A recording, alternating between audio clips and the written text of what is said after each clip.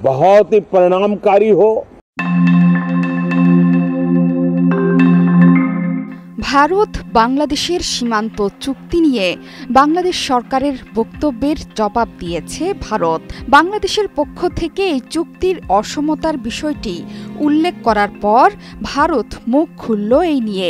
ভারতের পররাষ্ট্র মন্ত্রণালয়ের মুখপাত্র রণধীর জয়সওয়াল শুক্রবার নিয়মিত সংবাদ সম্মেলনে বলেছেন, সীমান্ত নিয়ে ভারত ও বাংলাদেশের পরস্পরের সম্মতির ভিত্তিতে হওয়া বিদ্যমান সব চুক্তির প্রতি সম্মান দেখানো হবে এমনটাই আশা করছে New Delhi.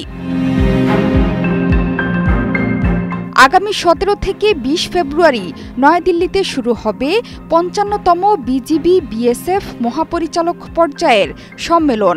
Border guard Bangladesh, BGB এবং ভারতীয় সীমান্তরক্ষী বাহিনীর বিএসএফ মহাপরিচালক পর্যায়ের সম্মেলনকে সামনে রেখে নিজের অবস্থান তুলে ধরেন রণধীর জয়সওয়াল।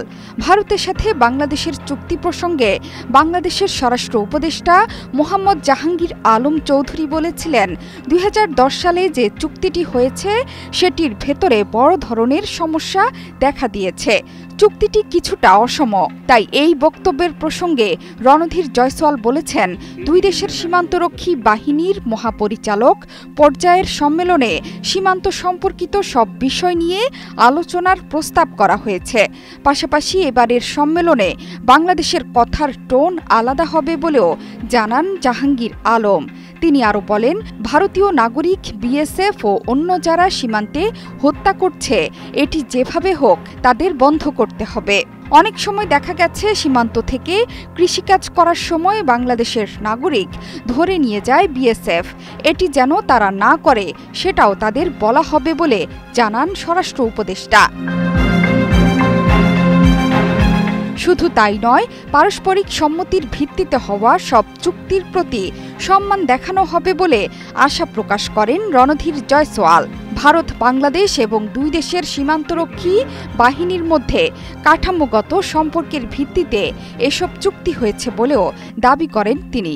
তিনি আরও বলেন, এসব চুক্তি ভারত ও বাংলাদেশের সীমান্তে উভয়ের জন্য সুবিধাজনক নিরাপত্তা, বাণিজ্য ও অবকাঠামো তৈরির সুযোগ এনে দিয়েছে। সে কারণে সবগুলো চুক্তিকে সম্মান জানানো হবে বলে আশা প্রকাশ করেন তিনি। পাশাপাশি এই ব্রিফিংয়ে ভারতের প্রধানমন্ত্রী নরেন্দ্র মোদীর আমেরিকা সফর নিয়েও কথা বলেন রণধীর।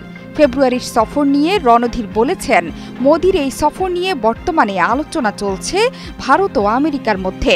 এখনও সফরের দিনক্ষণ নির্দিষ্ট হয়নি, তবে সফরের মূল লক্ষ্যই হল ভারত আমেরিকা কৌশলগত সম্পর্ককে আরও গভীর করা। গেল 27 জানুয়ারি ফোন আলাপেও দ্বিপাক্ষিক সম্পর্ককে আরও মজবুত করার উপরই জোর দেন দুই রাষ্ট্রনেতা। জোহরা চৌধুরী সেতু, 71।